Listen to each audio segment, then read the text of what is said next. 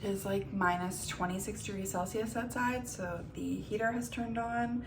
I'm not willing to turn it off because it's freaking cold outside, so apologies. Hi, hello, welcome to my channel, welcome back to my channel. My name is Kate, also known as the Quirky Kate. I talk about books, and let's talk about what I read this month. January was actually a pretty good reading month for me. I read 8 books. It's only the 29th, so we still have a couple days left, and I'm currently reading Twisted Love by Huang, and I'm hoping to finish that by this month as well. So bringing my January total to 9 books, which is a pretty decent month for me, if I don't say so myself. Probably more impressive for me is the fact that I read about 3,600 pages in terms of the amount of pages I read this month. So that's pretty great because in 2021 I read about 12,000 pages. So I'm already a quarter into the amount of pages that I read last year, and it's only been 1 month. So all that is thanks to the acotar series. The first book that I read this month was A Court of Wings and Ruin by Sarah J. Maas. I started the acotar series at the end of December, and I flew immediately right into the 3rd book. It is my favorite book of the series. I have to be honest, I wasn't sure whether or not I would like this series. I put A Court of Thorns and Roses on my TBR, like my metaphorical TBR, because let's be honest, I never really stick to a TBR, so I don't make them. But I bought the book last summer, wanted to read it every month. I felt like it was maybe too hyped up, so I didn't read it. And I regret not reading it earlier because this has been such a fantastic series to read. I am not typically a fantasy reader. I read YA fantasy, but I have never really read adult fantasy. And I think I shared this in my reading vlog for the final book in the series, A Court of Silver Flames. Apart from like reading 1 or 2 books in high school that were part of my high school curriculum, I didn't read any fantasy that were adult fantasy. So this was like my kind of gateway. This was my gateway into fantasy. And I think it did it for me because of the romance aspect. Surprisingly, what I loved about this book wasn't the romance, it was the action. And a lot of people actually, they're like qualm, I guess, about the book is that it was too political. I actually really enjoyed that because it provided conflict, and the conflict made the action so much better in this book. This is a 5-star read. Basically, it picks up immediately where Court of Mist and Fury ended, where Feyre is in the Spring Court. She's kind of under the guise of being a part of the Spring Court, even though she really isn't. And we kind of get to see that conflict play out. We get to see the battle that has been talked about in the first 2 books finally play out. And let me tell you, these last 100 pages absolutely ruined me. If you follow me on Instagram, you will know I cried a lot, but it was so, so, so good. This is my favorite book out of the series. 5 stars. Continuing on with the whole acotar series, I read Court of Frost and Starlight. This one, after coming out of A Court of Wings and Ruin and it being such like an intense book for me, emotionally, physically, spiritually, all of the things, this one was a little lackluster, and I feel like that is on me. I think if I read this during the holidays, if I read this during the winter solstice, which is when this takes place, I feel like I would enjoy it a lot more. I'd get the cozy vibes. I would enjoy going back to Valoris and hanging out with the inner court. But at the time, I think I was just so hyped up on the ending of A Court of Wings and Ruin that when I went into this, I was kind of still expecting conflict. And there is still conflict in this, don't get me wrong. There's conflict between Nesta and Feyre, and well, really Nesta and everyone. It didn't have much plot. It was really just a filler. That being said, I still gave it 3.5 stars. It's fun, it's very Christmassy. We really just get to see the whole gang celebrating winter solstice, which is basically like Christmas in Valoris. And we get a little sneak peek into Nesta's story, which then plays out in A Court of Silver Flames. I don't want to spoil anything because like this is a really good series, and I'm sure if you've already read it, you know, but if you haven't, I certainly don't want to spoil what happens later on because there's 3 more books that are in front of this. I enjoyed it. Wasn't my favorite, probably my least favorite. I think for the most part, people have a similar opinion, but it was good. For the last book in the series, I read A Court of Silver Flames. Now, if you guys watched my reading vlog on this, you'll know I have many opinions on this. This book played me hot and cold. It played me hot and cold. It played me hot. It played me cold. It played me hot. It played me cold again. Then it played me hot. It played really hot because there's a lot of sex in this book. If you like fantasy and you like the action and are not really like a fan of smut, definitely not for you. 750 pages, and I would say maybe a third is gratuitous sex scenes, so keeping that in mind. The overall story arc was really good. It took me some time to figure out what was going on, but I really love Nest as a character. Cassian, love him. And it was just kind of a great way to finish the series. As far as what's out right now, I think Sarah J. Maas is contracted for 2 more books in this series, so we haven't seen the last of it, but it was a good book. Most of my opinions you will see in my vlog, so check that out if you want like a full spectrum of emotions. There we go. The next book that I read was a digital ARC that I received for Juniper Hill by Devney Perry. Juniper Hill is the second book in a companion series written about the Edens, which is a family of siblings who live in Quincy, Montana. The first book is Indigo Ridge. There is also a little novella called Christmas in Quincy, which was really cute. And then there's this book, which is called Juniper Hill. So Juniper Hill is about Knox Eden. He's one of the brothers of the Eden family. He is a chef. He is a tattooed, beautiful, brooding man, and he has a new tenant. Montana Ward is the new tenant, and she shows up to Quincy with nothing but her packed Volvo, I think her 2-month-old son. She's looking for a brand new start. She's moving from the big city in New York, Los Angeles? I can't remember. She's moved from a big city and she's moving to Montana for a fresh start, and she's finding that fresh start working at the same hotel that Knox runs the restaurant out of. He also happens to be her landlord, and of course romance ensues. It's very sweet. It's a little suspenseful, which is something that I really have liked about reading Devney Perry's books. She's pretty heavy on the romance, but there is always like a suspense side to it. So if you like a little bit of suspense, but not a lot of romantic suspense, I would say this is probably a really good series to get into. Her first book is also like a romance mystery, but I quite enjoyed this one. I think I gave this one 4 stars. I'm really excited for the next book, which is Garnet Flats.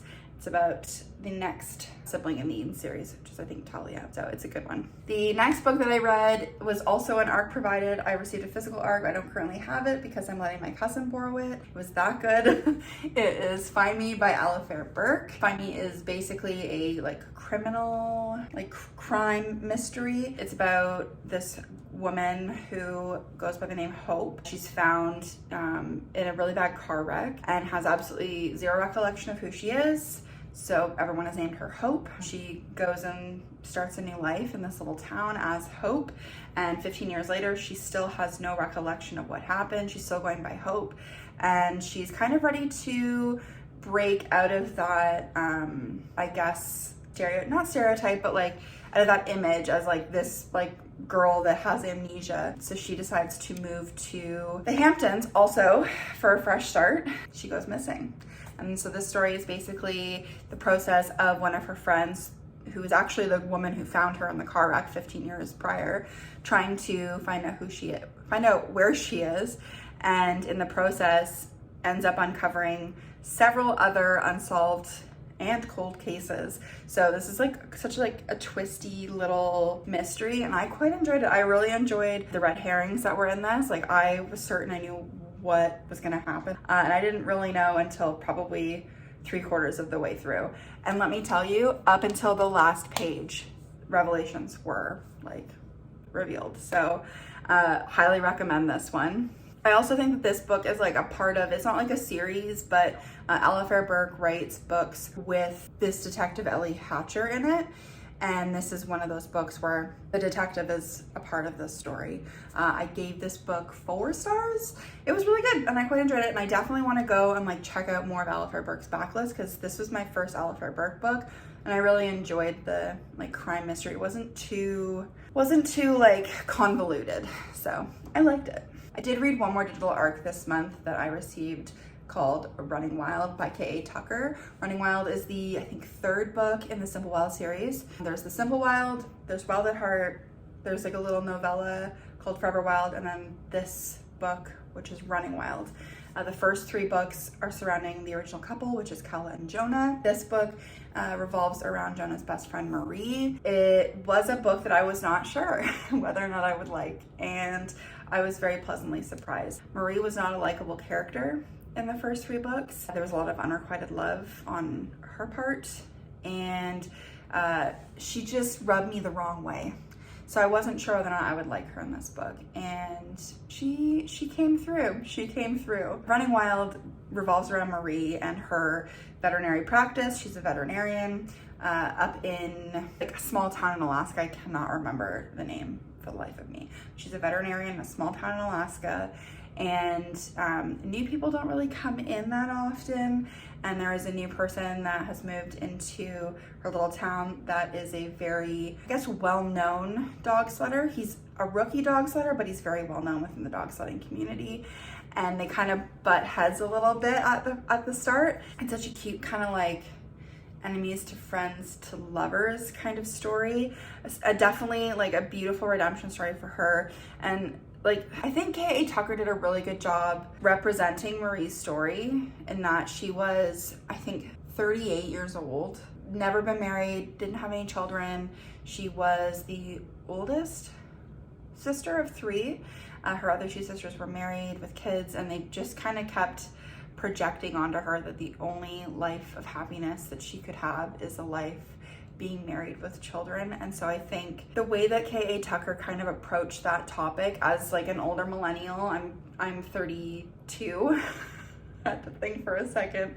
I'm 32. I just got married. I just found my person only a few years ago. Mind you, that's still not that old, but I was one of the only single friends in my friend group, and I remember that feeling of them thinking that I just want you to be happy. And it was this kind of weird balance of like, I'm allowed to be happy without being married and having children, but still kind of longing for that, if you understand.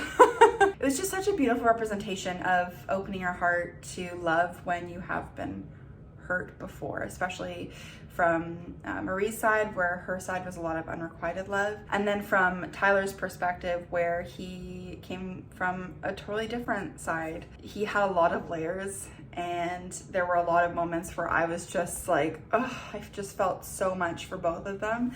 And it was an amazing story, and I'm so excited to have been able to live in that world a little bit longer. I hope that K.A. Tucker writes more in this series, because I've just grown to love this whole community of people within this story so much. Obviously, 5 stars. The next book that I read was actually a nonfiction book, and it came recommended to me from a friend of mine on Instagram, Carrie. She raved about this book, which is Cultish by Amanda Montel. Cultish is a nonfiction book discussing basically the language of cults, and really touches on everything from very well-known cults like Scientology and Heaven's Gates to language of cult followings like Peloton and SoulCycle and Glossier. So it was like a really cool kind of insight into language and how it's used, especially as someone who's a big reader. I love words.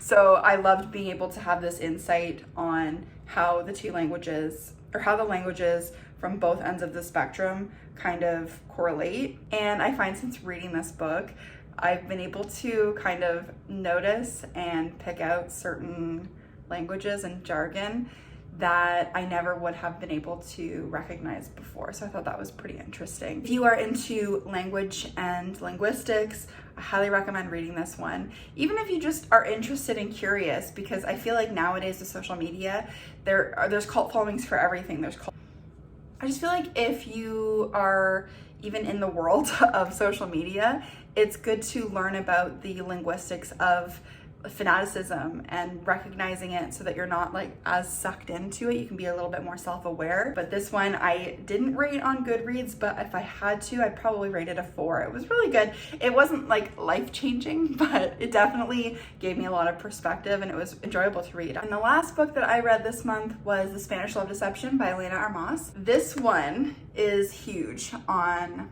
Bookstagram, BookTok, BookTube, it's everywhere. Speaking of like cult followings, This one has one. This was another one that I had put on my like want to read list back in the summer, and I prolonged reading it because I was afraid that it was overhyped. I loved this book. I think I read this in less than 24 hours, and I read it during a work week. So if that says anything. I adored Lena. I adored Aaron Blackford. The whole story in itself, I really enjoyed. It was a little slow pace at the beginning because I think like the whole draw to me, the whole like appeal was that he was coming with her to Spain to her sister's wedding. And I feel like they didn't go to Spain until like 40% into the book. Everything that was before that, they were still in New York. So it was kind of like this big build up to it, which I loved. I love a slow burn. This is absolutely a slow burn book. It is basically about Lena, who her sister is getting married in Spain, and the guy that her sister is marrying is the brother of Lena's ex, and it was not a great situation when they broke up, and so Lena is not looking forward to going to this wedding. So she's talking about it at work to one of her friends about dreading it, and this guy that she works with, Aaron Blackford, is walking by and says, "I'll be your date for the wedding," which is really nice, except Lena and Aaron do not get along. In fact, Lena really dislikes Aaron, and as far as Lena is concerned, Aaron also very much dislikes her, but she's desperate, so she agrees, and she takes him to Spain with her, and what then follows, of course, is this beautiful love story in España, and a lot of great tropes. One bed trope. There is obviously enemies to lovers, fantastic trope, workplace romance. It just has all of the good things that you would love in a typical like rom-com, and I absolutely loved it. And I gave this one 5 stars, I think. Yeah, I gave this one 5 stars because I loved every single minute of it. And at the end, just like chef's kiss. And Elena Armas is writing a new book, The American Roommate Experience. No, The American Roommate Experiment. And I can tell you that I will definitely be buying that one. Overall, I feel pretty good about what I read this month. I'm excited for February. February is going to be a really nice reading month because Crescent City Book 2 comes out, and I'm going to be reading Book 1. I shared in my reading vlog that I think I'm going to be doing a reading vlog for Book 1, which I think is called A House of Blood and Sand or something. I do have the book, so I'm going to start reading that one. I think once I'm finished Twisted Love by Huang, I'm going to get into Crescent City, and I will be vlogging that experience. And then Book 2 comes out, and I'm super excited to just like get back into Sarah J. Maas's writing. I love her writing. But if you've read any of the books that I mentioned in this video today, then let me know in the comments below what you thought, and let me know how your month went as far as reading. Tell me what you read, what you loved, what you didn't love. And if you like this video, please, please, please give it a thumbs up. Subscribe if you're not already. And until next time, bye.